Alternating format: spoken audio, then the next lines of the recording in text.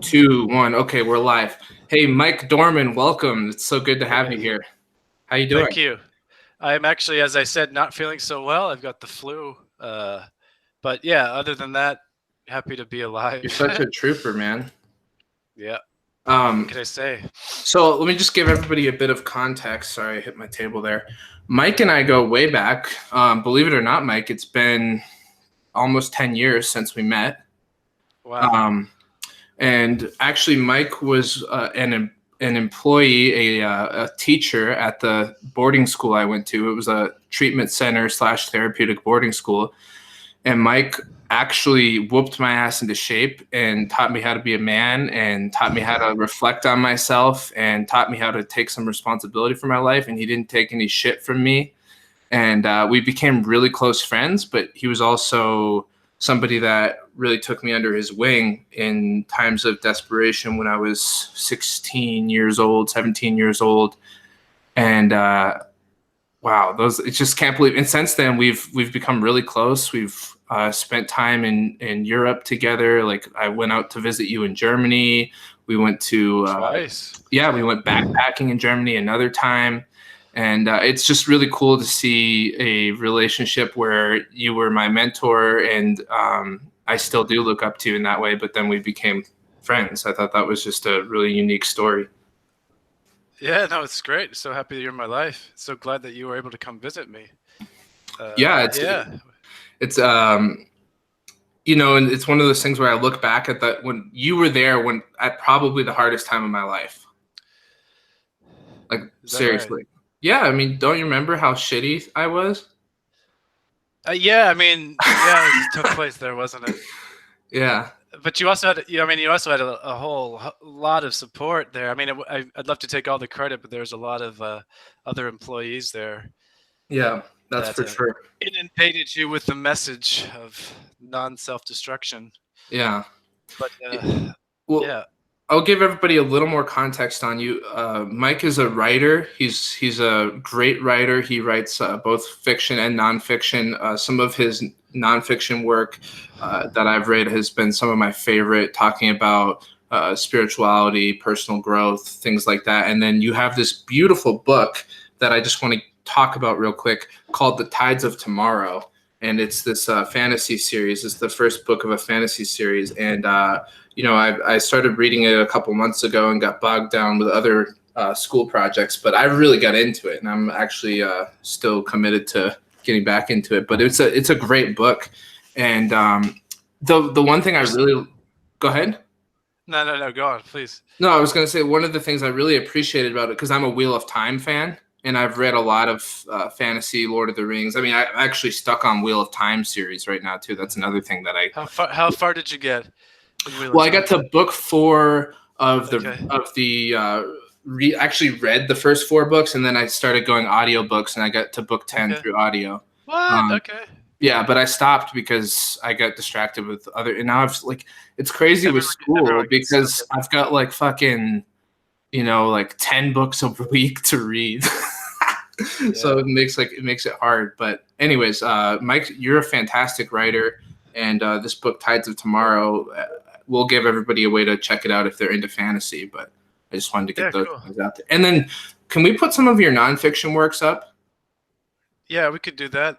Maybe, I don't know. I'm flattered that you like them so much. It's funny that it's the curse, I guess, of every writer. But I look back some of that old stuff I wrote, that nonfiction spiritual stuff, and it makes me cringe. It's like too wordy and whatever. But I'm glad you liked it. I really liked it. But yeah, we can definitely find a link. I'm sure we can add a link afterwards to stuff. Is that right?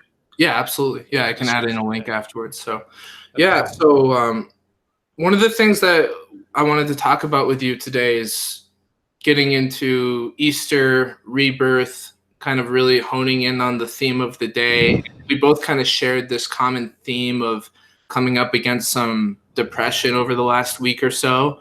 And so do you want to start us off with what you were going to tell me before we went on? Yeah, sure. It's really interesting because, I was about to tell you maybe it's not the best idea to talk as planned, because I was in such a, like, I hate to call it like depression, but I was in a frustrated place, and I had this sort of like apathy and just didn't want to get up and face the daily challenges. Everything was just kind of a drag. It didn't seem like life was moving anywhere. It seemed like I was in a point where I had to face some really hard truths and just kind of accept reality as it is. And I felt like I had sort of no wisdom to offer anybody. Um, yeah, so that was kind of what I was going to talk to you about. But then you mentioned this subject that you want to talk about, Easter and rebirth and transformation, and I feel like that is kind of the beginning stage, perhaps, of transformation or rebirth. Is this sort of dark? Well, it's not so dramatic as the dark night of the soul, but it's maybe a distant cousin of that. This darkness I think you're and right. this feeling of like something is dying of the old life I had lived. Something needs to die. Something needs to be let go. And yeah, I definitely felt myself struggling to let go of some things. It's so weird, and I've never decided if I believe in astrology. I have a lot of close friends who believe in astrology, like what's happening in the stars and in the galaxy really affects us. And but it's so strange because I've been having the same experience over the last week of kind of depression, like bad moods, feeling limited, feeling self-doubt, negativity. And it's like my work life and my school life has still been going, like I've still been productive, but just like there's this backdrop of grayness that's been like, this is shitty, or, there's this self-doubt that I keep on coming up against telling me that I'm not good enough, or this is all like, this is stupid. Like last night I was looking at the channel. We've done so much great stuff with this channel so far. It's been positive, but there's still that voice in the back of my head that's like, you should just quit the fucking channel. You know what I mean? Absolutely. And I woke up this morning and I got in my car, go get a cup of coffee, and everything felt more colorful. And I was like, must be Jesus, man. No, you know what I mean? Like, I just felt like there's something about, and I'm not a Christian, but there's something about the energy of rebirth, springtime, that I just felt, and I felt better. I felt better for the first time in about a week. Yeah, it's really interesting you say that about the astrological component, and also like, I've come to the point in my spiritual life where I'm slowly being able to identify again as Christian, because for me, Christianity has been hijacked by these, kind of like alt-right Trump supporters, and that's what it means to be Christian somehow. And so of course I'm like, no, I'm not Christian. But there are some very interesting spiritual, intellectual people that have this really amazing expression of Christianity that I'm actually okay of identifying with. And in regards to the Easter story, yeah, it is really. When you said that, I was thinking about like it's written in the universe. I'm not quite sure if I'm ready to get on board with the literal story, but there's something to it. And also, like, because Good Friday is also this tragic event, like that is supposed to be the darkest time of the Christian historical universe. Like the Son of God is dying. And so it's really interesting. I didn't think of it in the moment, but like when I was depressed for that week, like maybe that's this sort of like, wow, ground for the great, awakening. And I also have to say, like, Easter for me has an incredible significance. As also, as I've shared before, I mean, I had to go through addiction recovery, and I started at April 1st was my first day of sobriety. And so to go through this, my first spring where everything was beginning to grow again, and it was also like a reflection of myself. I remember just feeling it so viscerally, like I had somehow come from my own death, and then this reawakening with the universe. I mean, it's just written in there. It's written in the universe. This whole awakening, Easter, rebirth. It's incredible. Yeah, it is. There's something archetypal to it. Yeah, like it's like to me, you don't need to go to. I mean, yeah, it's reflected in nature. It's like nature's saying it already, and then somehow like the Christian myth has made it into a metaphorical story, or maybe it's a literal story if you really. I mean, if you have that sort of faith, but yeah. So, and the other cliche is it's always darkest before the dawn. I actually heard that in a song this morning. Uh, the one that's like, the dog days are over, the dog days are done. That's Such a Florence and the sweet song. Machine, right? Yeah, Yeah, it's such a good song. But I think it yeah, says somewhere in there, it's always darkest before the dawn. And I thought about that. Like, that's the perfect song for Easter. Because imagine this. Imagine, like, uh, Christ getting crucified and then, like, how dark that was yeah, as the exactly. thought experiment, and then like how beautiful it is, like in contrast to then emerge from that darkness and step into the light.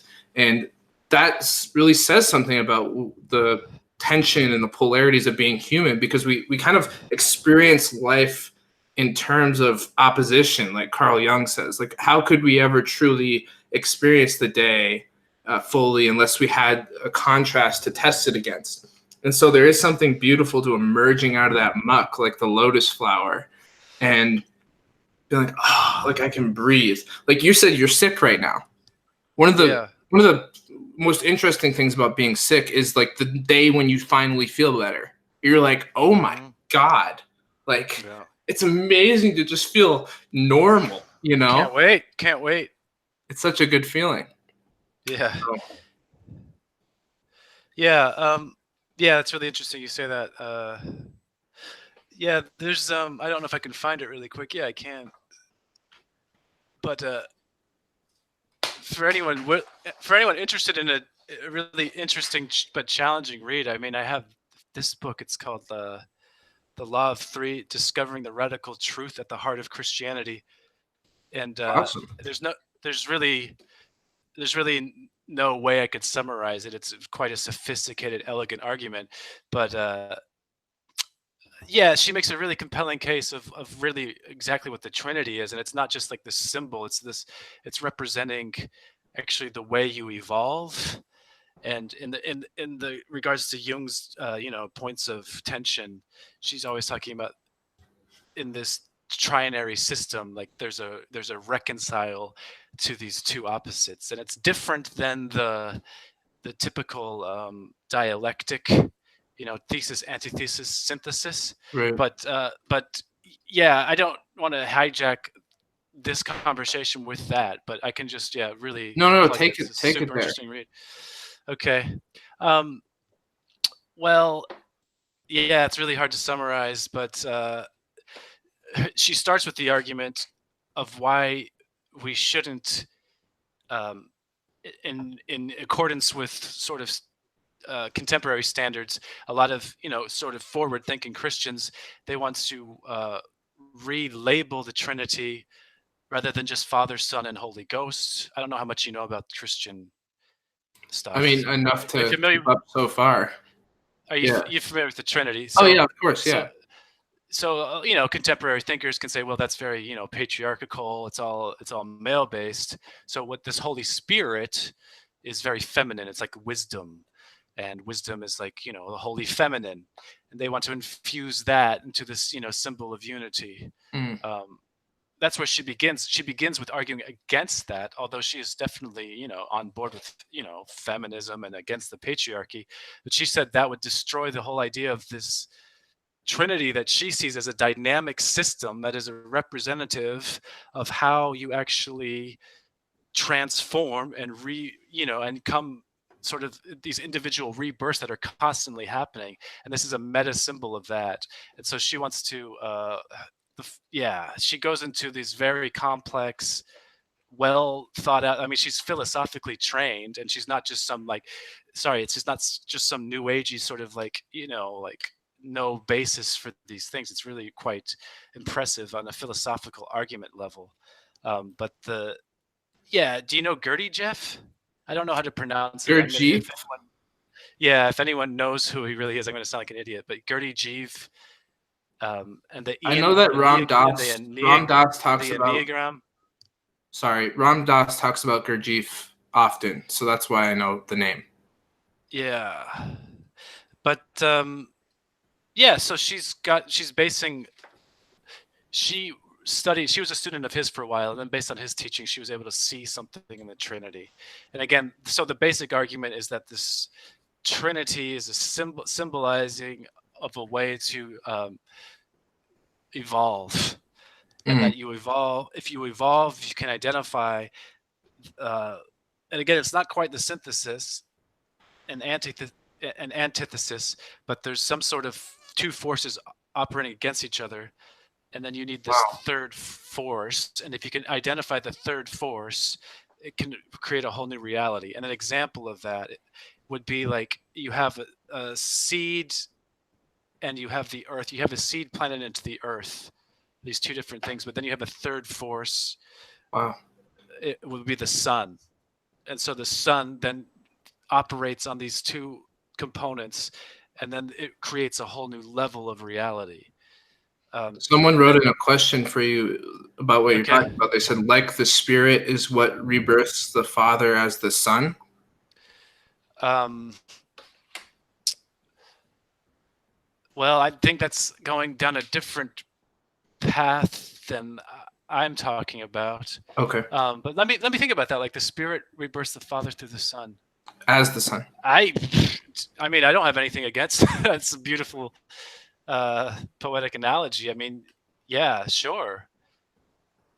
But yeah, I like that. Sure. Like the father, if you believe the Christian story, the literal Christian story, like, yeah, the son actually came down in his physical existence to reconcile. Again, if you believe the story, which is a beautiful story that,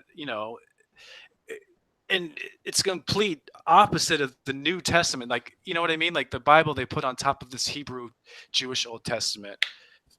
I could probably understand it. It gives it more validity as a new religion. You tie it to this old history. But it's a completely different God, right? You have this Old Testament God who's very vengeful and hateful. Then you have this New Testament God, represented by Jesus, that he loves the world, loves creation so much he wants to reconcile everyone so they can live in eternal bliss. Yeah, it's such a weird And dichotomy. of course, later the proselytizers will come and say, if you don't believe Jesus, you're all going to burn. But I mean, that's very suspect if that's exactly what Jesus's message was. But yeah, I've gotten off topic. Not really, man. We're just along Yeah. for the ride. We can go wherever we need to go.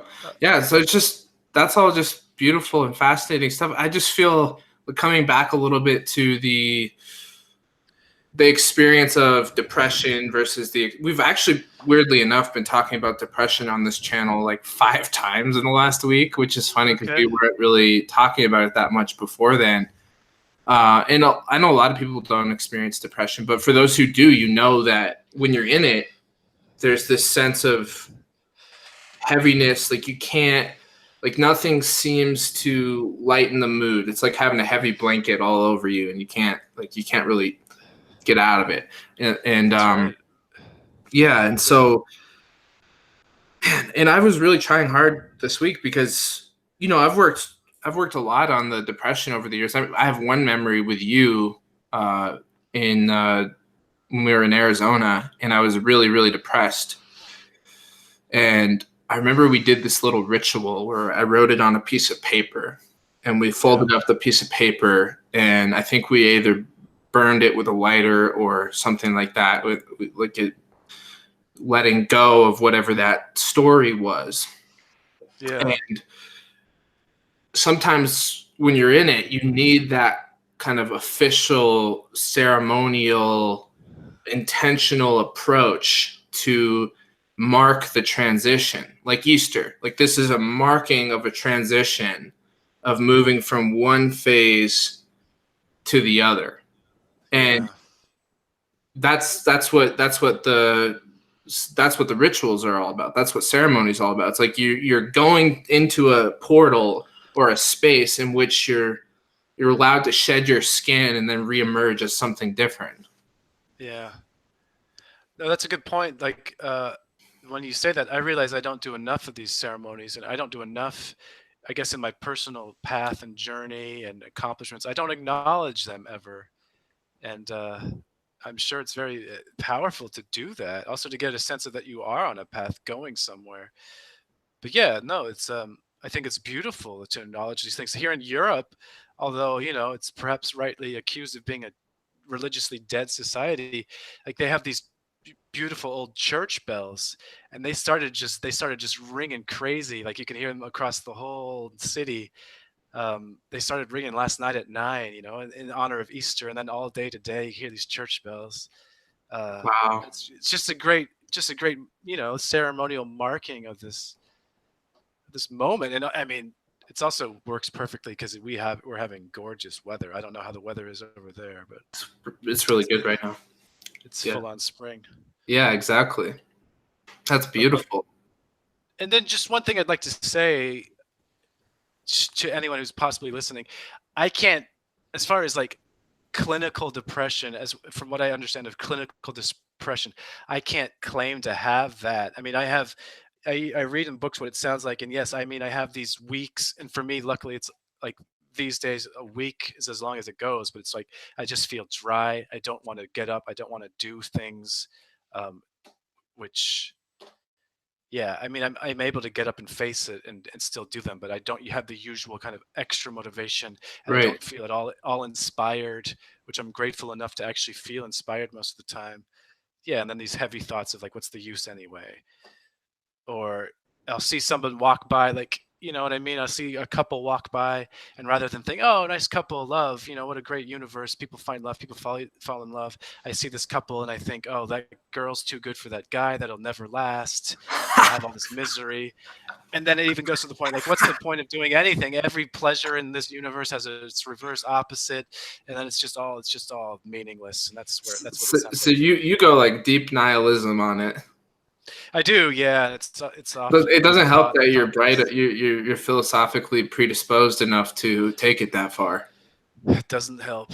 It's Yeah, dangerous to be a critical thinker in this world, it's dangerous. Yeah, I mean, it's difficult, but it's super especially rewarding. if you're predisposed to depression, because then you can, like, if you already have depression and you're capable of philosophical thinking, like if you're Yeah, really philosophically predisposed, you can yeah, fit your philosophy to fit you can match your philosophy to your worldview, to your mood, so you can say, yeah, instead of seeking truth, like what is the most true thing possible, you're having this worldview seek you out. This philosophy is molding itself around you, whereas like the real integrity, philosophically speaking, would be to like abandon the bias of personal experience and try to seek the most objective truth possible. But it's so difficult when you're feeling that way, because if I feel depressed, then and I come up with some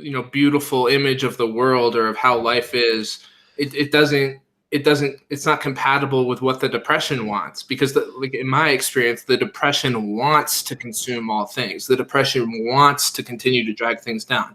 It's not like the depression is upset about the depression. That's not been my experience. My experience is the depression actually wants as much depression as possible. The more that I can create cynicism and negativity, the more that I'll have to continue that cycle when I'm in that. Does that make sense? yeah. Well, It makes total sense. It's really great awareness. I'm curious, are you that aware when you're depressed? yeah, I even noticed it yesterday. Like, and I use depression like in a lighter term, because I know that's, like you said, like clinical depression. Some people have depression where they can't get out of bed for weeks or Yeah, yeah, days, and it's not been like that for me for a very long time. In fact, I'm very functional even when I feel depressed. Like I still show up for work, I still show up for school, I still do my chores. Like I'm not like crippled by it. But I think that's a result of the personal work we've both done. Because you were kind of mentioning the same thing. Like we've really worked on it, and so it doesn't own me. It doesn't have me by the balls anymore. But I still feel it some weeks more than others, or some days more than others. And I notice when I'm in it that, like even yesterday, I was in it feeling that like heaviness and that cynicism and negativity. And I was driving back to my house. I just had seen my dad, and I just remember thinking like, wow, like my whole world is filtered through this perspective right now. Like I'm thinking, all my thoughts, all my perceptions are just being filtered through this gray pair of wow. glasses. And yeah, and I was just like, that's interesting. And I knew it would change. I was like, well, that's not going to last forever. Man, that's And tremendous awareness. I guess the fruits of meditation, right? oh yeah, meditation actually is one of the things that helps most. I Yeah. think. Just to be able to recognize it as like a passing cloud almost. Yeah. Well, I think it's powerful to have a feeling and not be run by it. And I think we've both Yeah. learned that through, like you mentioned, your sobriety. I think we've both, like, what did we learn early on in sobriety? That feelings aren't facts. Nice. Do you remember that at all? Sure. Having, Yeah. Of course. Yeah. yeah. Yeah. And always, as usual in the recovery world, like it's told in a really easy to grip, short, compact phrase. Feelings aren't facts. There's so many cliches, right? Right. But they're all cliches for a reason. But I think it's also worth noting in regards to like transformation and rebirth. And I feel like this was what it was for me a week ago, is that sometimes this depression is informing it. Sometimes it is just a passing feeling. Sometimes it's informing us that a change is needed. You know what I mean? Sometimes it's informing us that we are not satisfied and that something does need to be looked at and something does need to be changed. That's really beautiful. And I can just, rather than always speak abstractly, I can talk exactly what it was for me the last week if you're interested. Yes, I'm very interested. Okay. So yeah, like, I mean, the catalyst, the inciting incident was, not to get too complex, but I freelance here in Germany as an English trainer, and then I have some deal where I get my own courses from companies, and then people work for me. And then, making a long story really short, there's some weird tax rule where it turns out that even though I freelance, I have to be officially employed, which means I have to offer my employees health insurance and all this stuff. That makes no sense because they're working like 4 hours a week, and and then it just, so for all these years, can you hear me? You went Yeah, on yeah, mute. you're coming in Okay. clear. So for all these years, I mean, you mentioned I'm a writer, and it's great, and I'm slowly able to identify as a writer. The great dream of mine is to be able to do that with full time. At the moment, I have to supplement it, and the freelance English training was a good way to do that. But over the years, I've gotten more and more, freelance training courses. I have some success at it, and it does make it is kind of fun.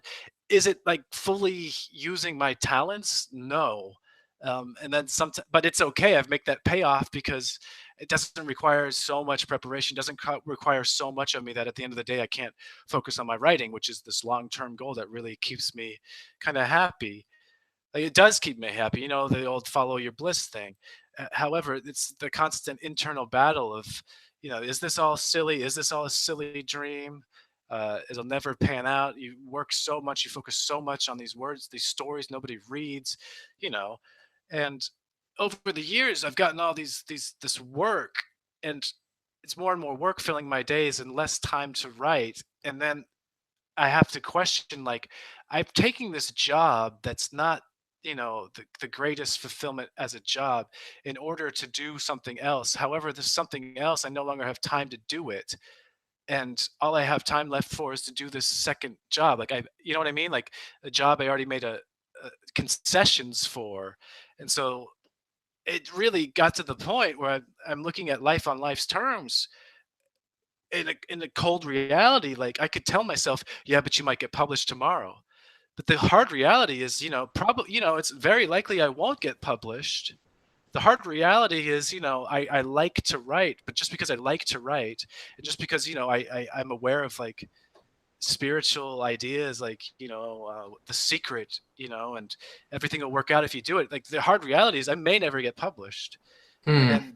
And this felt like a death, to admit that, and to say, you know what, I think it makes more sense to not freelance anymore, to actually pursue an actual teaching job, like, through the city. It's actually paid really well in Germany. I might have to go back to school and to get a couple credentials, but ultimately, and then I would actually have, I don't know what the future holds, but I was stuck in this no man's land of not knowing what to do, of thinking, well, maybe I could do that, but then I would get locked into fear, thinking, well, if I do that, um, I may have less time to write. I'll only have weekends to write because there'll be so much preparation to prepare for these courses.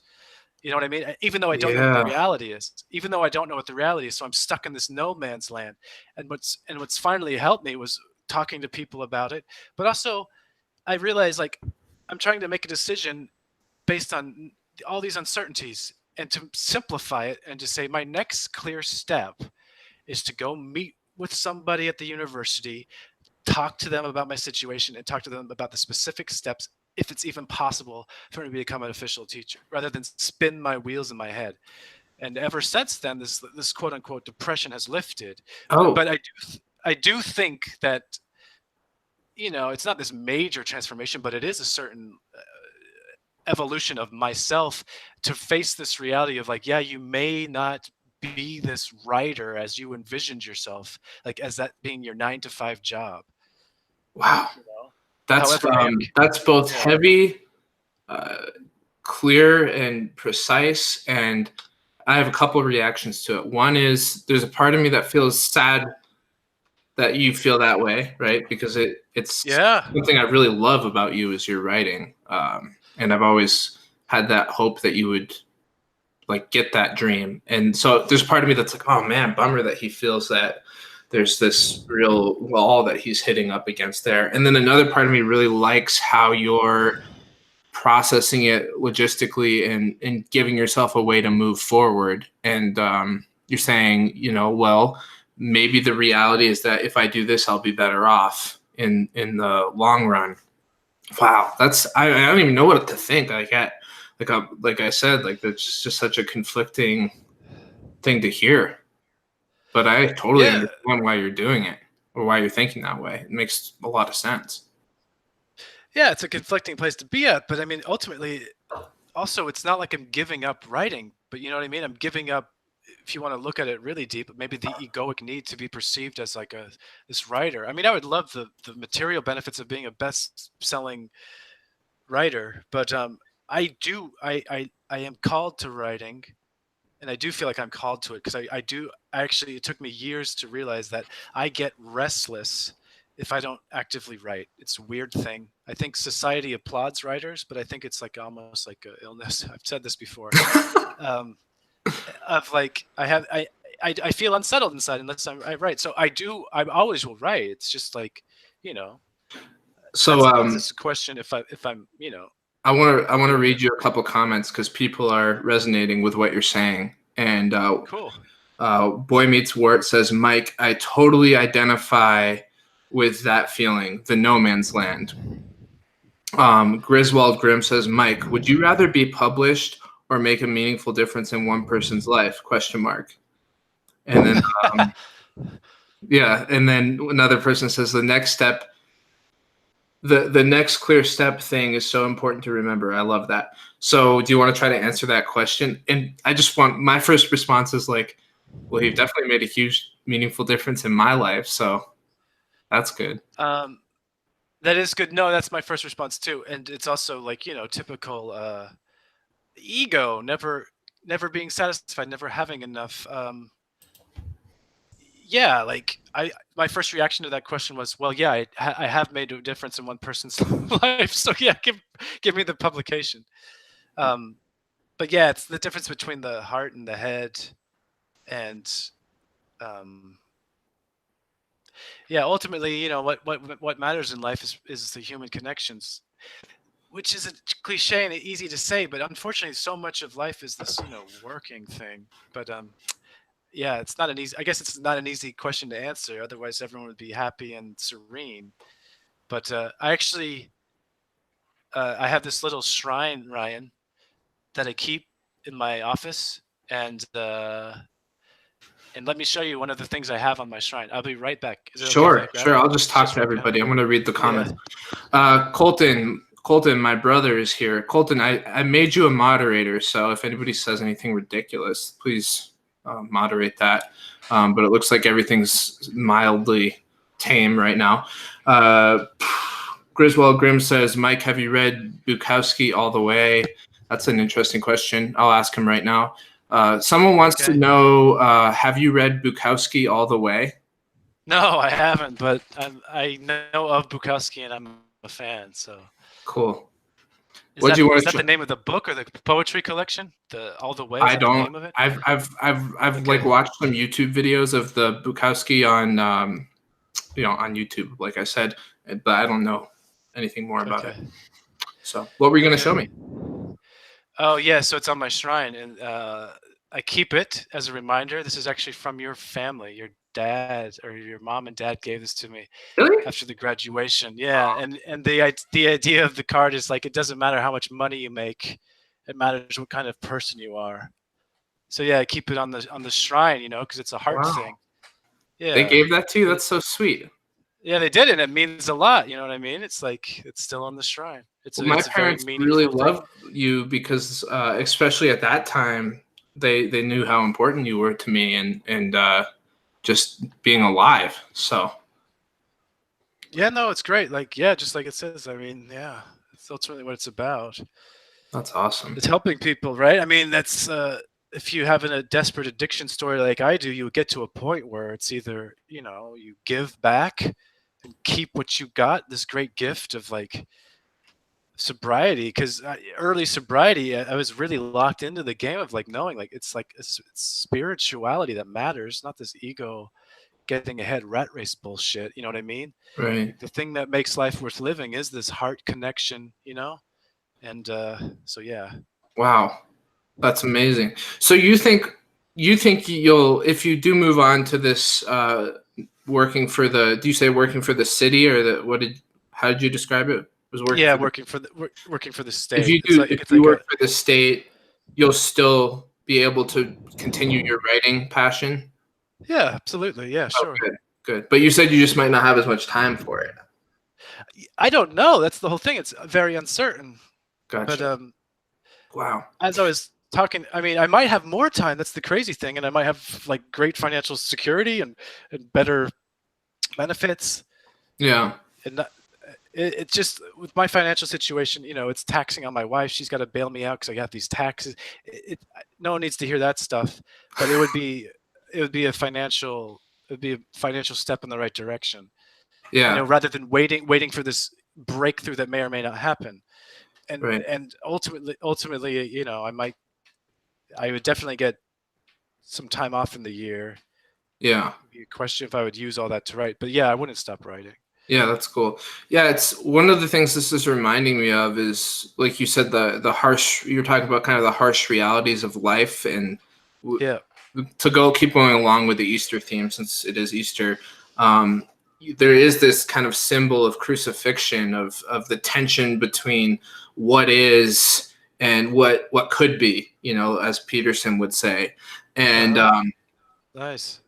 there's this way that life kind of oppresses the individual, because the Yeah. individual is like this beautiful potential, this soul, this untrammeled ground of transformation and creativity and uniqueness. But then there's society, right? And society is like the machine. It's like the thing that we all have to somehow put up with or define ourselves against, like the guy from Into the Wild who went out and ended up dying foolishly because he wasn't prepared. But there's that ultimate struggle between humans and society. How do I fit in? Like, what is my vocation? How do I monetize? How do I provide? How do I find a place? And it's like this constant struggle that we're going through as humans. And so I just think that that's such a beautiful archetypal truth and a really hard place to be in. And I say it's beautiful because it's just so universal that people find themselves in this kind of crucified state. But it's really tough, and to me, it seems like it can feel really harsh. And I'm a lot younger than you, like almost a decade, or at least is it a Yeah. decade? Yeah, I'm a decade younger. So you've had more experience than me of the harshness of the. Yeah, that's kind of the rebirth I'm going through, like, because I graduated late, but I had this persona in my 20s. I really identified as being like this guy with all this potential, that people, would confirm this, like, like, yeah, you're so talented, you can do whatever you want. And I really felt that. And I really felt like, like success was inevitable for me. in the avenue of writing in particular, because that's what I finally decided to like bite the bullet and go for. And then just like, yeah, to be here 37 going on 38 and then realizing I'm not this young dude with potential anymore, and that yeah. But do you think your potential goes away with age, like, or just a little bit, or all the like? Do you think it's just like you have less potential because as you get older you're closer to dying, or what do you mean by that? I have less possibilities. I heard it so well written the other day, like this: when you're 20 or 19 or 16, there's just unlimited doorways open to you. Right. And more gets shut off the older you get. That's a good point. Wow. But first of all, yeah, it's facing a hard reality. Looking at it, it's just like like facing the hard reality of, oh my God, I might have a drug problem. It's a hard reality to face. It's a hard reality to face. Like, okay, I may not get published. I may not have that great breakthrough. I may have to supplement it the rest of my life. Right, but you might have that breakthrough, and like that might. Well, let me just say just a couple things, because I think that we don't know if you'll have it or not. And no, we don't. I'll bring up Jordan Peterson again, just because he's a theme on this channel. It wasn't until his late 50s that he got extremely successful. He spent his whole life as a relatively unknown professor in the grind of that. And I'm just saying that he just blew up all of a sudden one day. And there's a lot of stories like that. So I just don't know what's possible or what might happen for you. So I hope you can reserve the possibility that, miracles can happen and that somehow your writing will come to fruition in a huge way, possibly. And again, you probably don't want to get your hopes up, because then you're thinking, shit, like if I get my hopes up, then I'm just going to feel let down, which is exactly how I would feel. So I get it. I just wanted to put that out there as a possibility.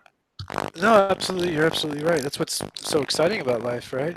All these stories, right? But just accepting your life situation and doing the challenges you have to do. I mean, there'll always be a challenge. Yeah. So, for some reason, it sounds like there's a bug in your microphone. It might be my internet connection slowing down. I don't know what else to do about it. Is it any better? Not really. Will you try like unplugging it and plugging it back in to see if that does anything? Yeah. Sorry, but let me know when you're back. Okay. You there? Oh, yep. That's much better. Thank you. I wanted to tell everyone a funny story. So when we were at this boarding school therapeutic treatment environment when I was 16 years old or so, we had these school that we had to finish high school, obviously, because you can't just go to a place and not have high school, right? But so we were in school, and Mike was one of the teachers, and we were taking psychology with Mike, and he was such a fun teacher. He like really engaged us in a helpful way. You're a great teacher, Mike. And one of the fun things we did was he did this whole project, this whole test on the class, a placebo test, and we didn't really know what he was doing, but he put, he said, half of these glasses of water or cups of water have caffeine, like invisible drops of caffeine, which I don't even know if it is a thing. And then the other half has no caffeine.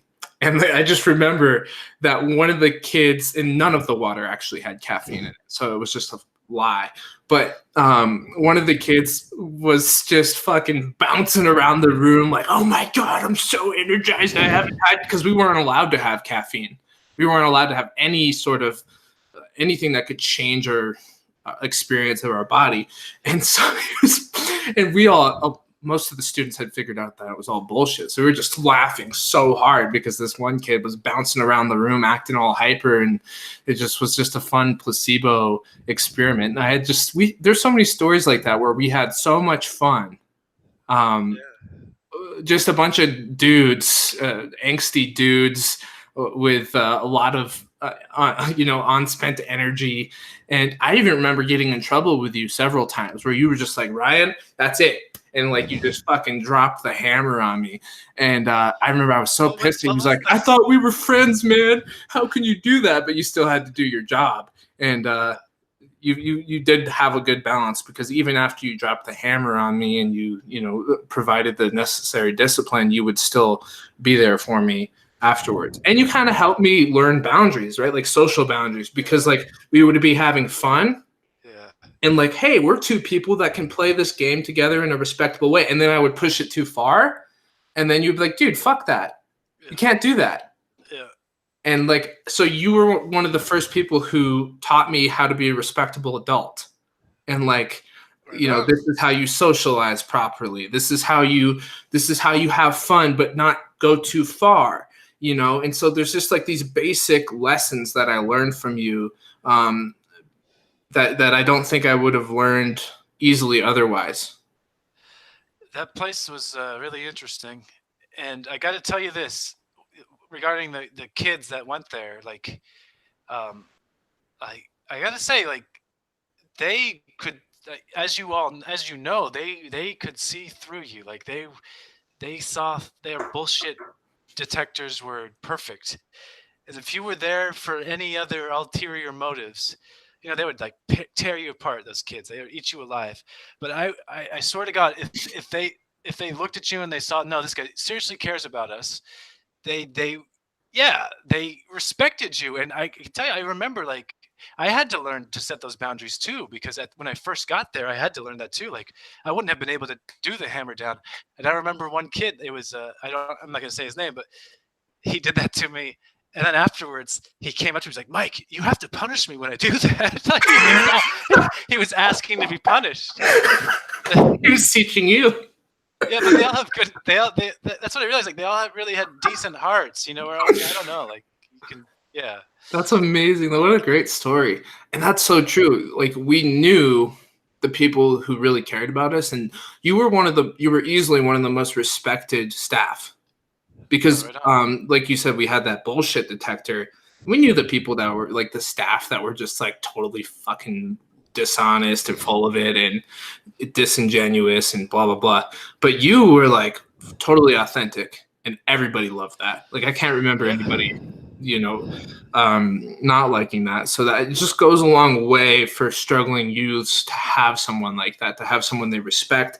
You were also at the perfect age that you were still cool, right? Because you weren't even 30 yet. You were in your late 20s, so you were still like the cool guy on campus, and like, like we all want to be like Mike, so to speak.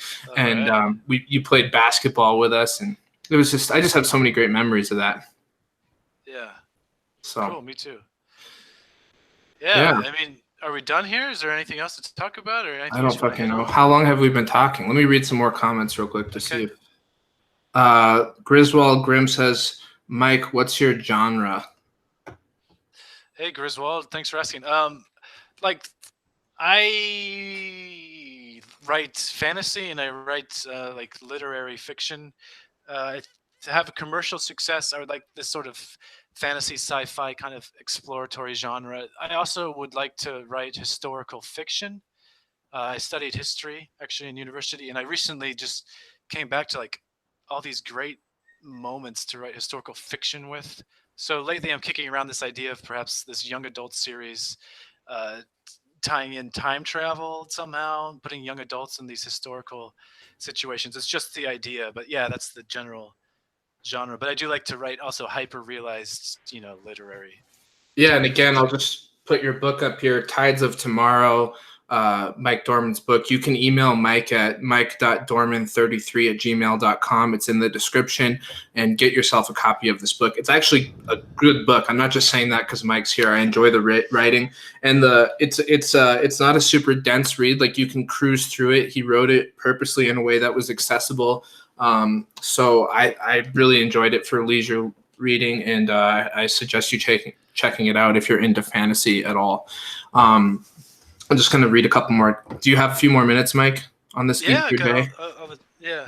Okay, good. So Boy Meets Wart says, Mike, also just got done doing our taxes for the first time with a full-time employee. Again, I sympathize so much with how much all that shit can stop progress. Yeah. So some sympathy there. Gloff says, Happy Easter. Happy Easter, man. Happy Easter. Yeah, Happy Easter.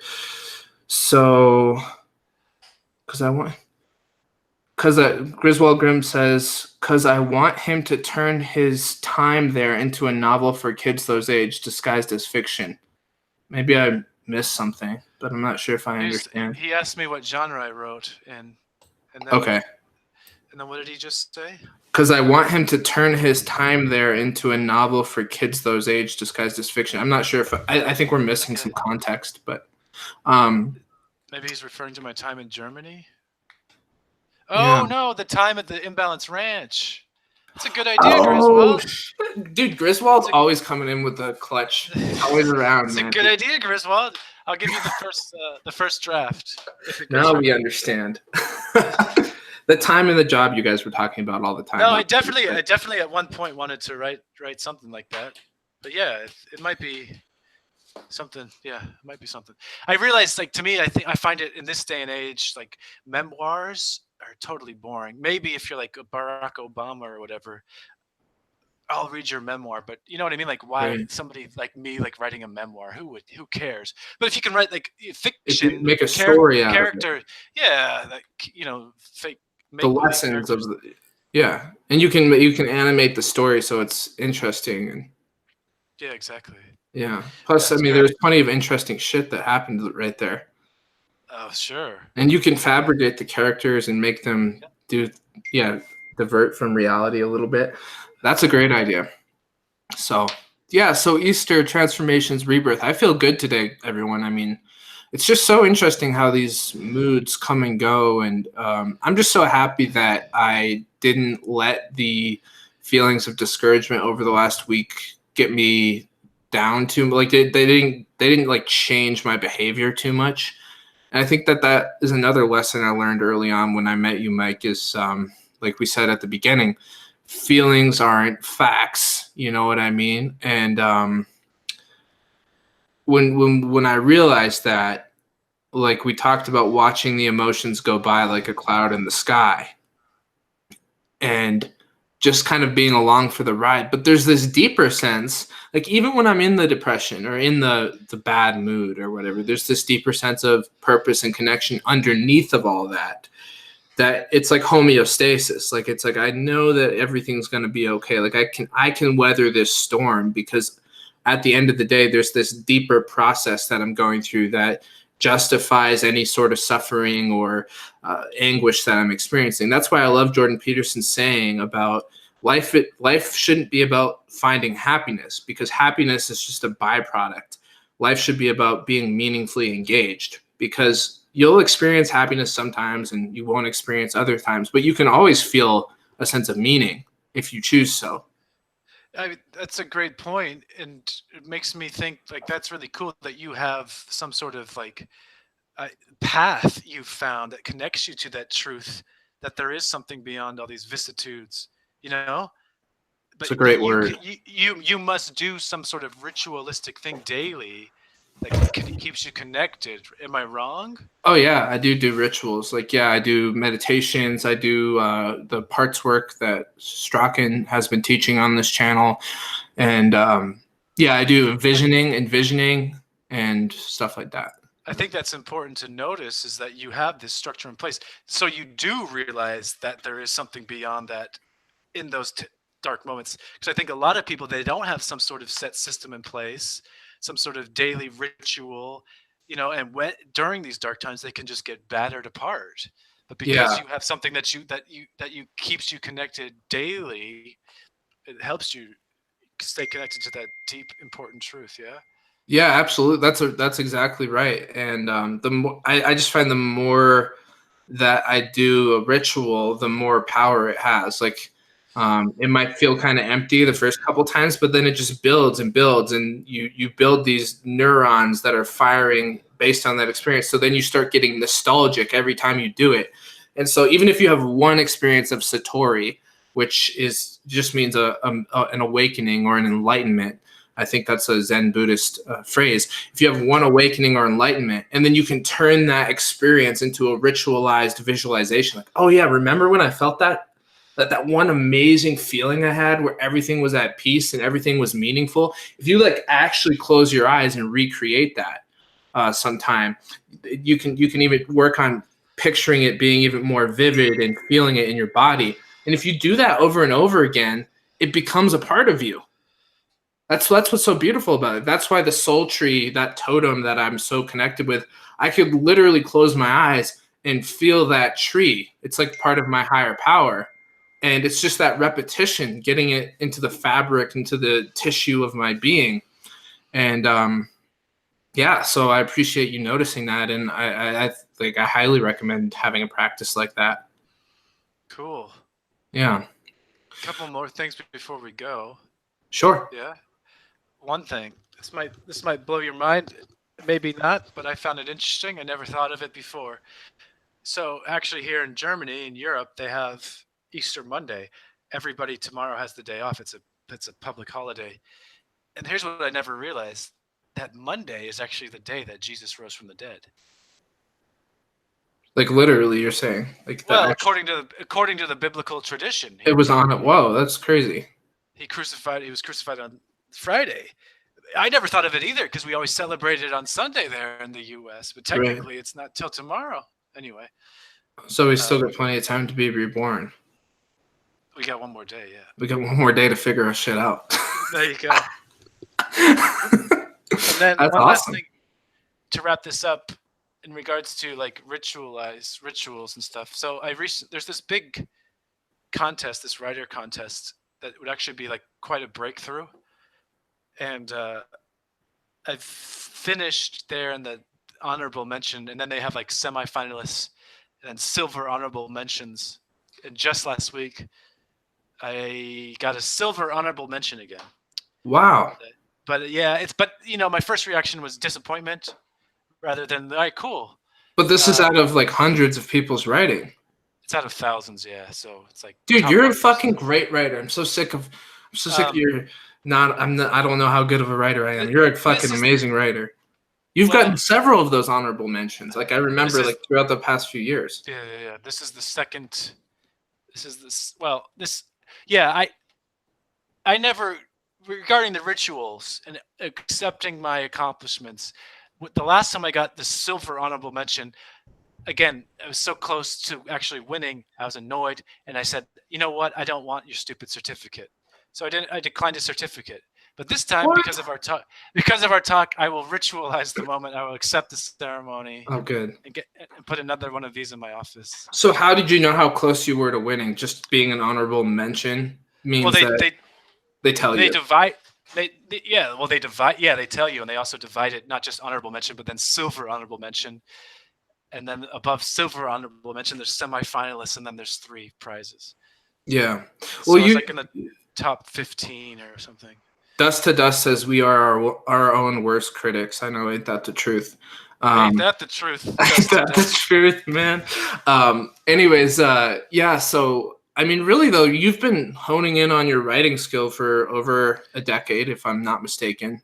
At least it's going on a decade to where. Yeah. So I mean, you have this is a craft, a skill, and you have like you literally have a skill. Like it's not just like whether or not the value is in the economy fully or not. Like it's truly there. There's this. I think I've told you this before, but one of my favorite rappers, his name's Del, the funky homo sapien, and he's Ice Cube's nephew. He has this song, and he's more of a consciousness rapper, or like he's more metaphorical and he's more meaningful and stuff like that. But he says, life is a thrill when you know what you're doing. Best to know what you're doing before your life get ruined. Life is a thrill when your skill is developed. If you ain't got a skill or a trade, then shut the hell up, or something like that. But it's like it's kind of a harsh like lyric, right? It's like, if you don't get a skill or trade, shut the hell up. Like, but he's doing this kind of Petersonian message. He's like, sort yourself out, bucko. Like get a skill, learn how to do something well, and develop a trade. And if you don't have that, then just shut up. Like that's it's really harsh.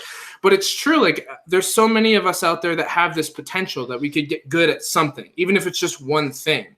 And if we really, and I'm not saying shut up, so don't take that as me saying that. But if we could really focus in on something and grow a skill, that we could actually say that we're good at, and ideally that we could monetize somehow or share in the economy.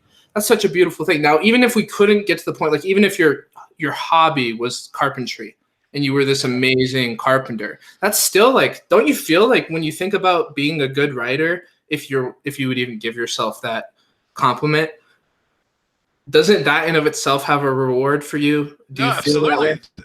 That's what I have to remember. Like ultimately, that's what it's about, man. Is the craft. Yeah, sure. There's so many stories I want to tell.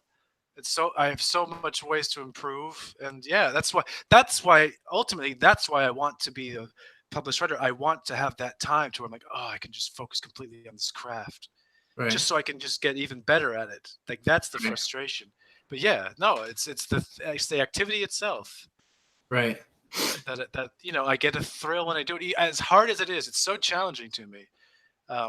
It must take hours and hours and hours just to get one piece of writing honed in on. Yeah, it does. It's just like I get uncomfortable if I haven't written that day. So I just finally, after all these years, I'm like, okay, here's your writing goal. Hit that word limit, and then you can chill out. Yeah. otherwise I can't watch Netflix. Like I'll just like you have to hit that goal.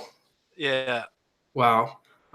Yeah, and I'm just one caveat I want to add to the get a skill developed lyric is if you're out there and you feel like you don't have a skill, like one thing to keep in mind instead of because one thing that I thought, well, that could hurt someone's feelings if somebody was out there listening thinking, well, I don't have a skill that I know about, so like, are you telling me to shut up? Like that's one thing I thought about. But one thing I was thinking is, if you don't have a skill, like maybe pick something that you could develop and just practice like a few minutes a day and see what happens. Like I have a story, and Mike, can we keep going for just a few more minutes?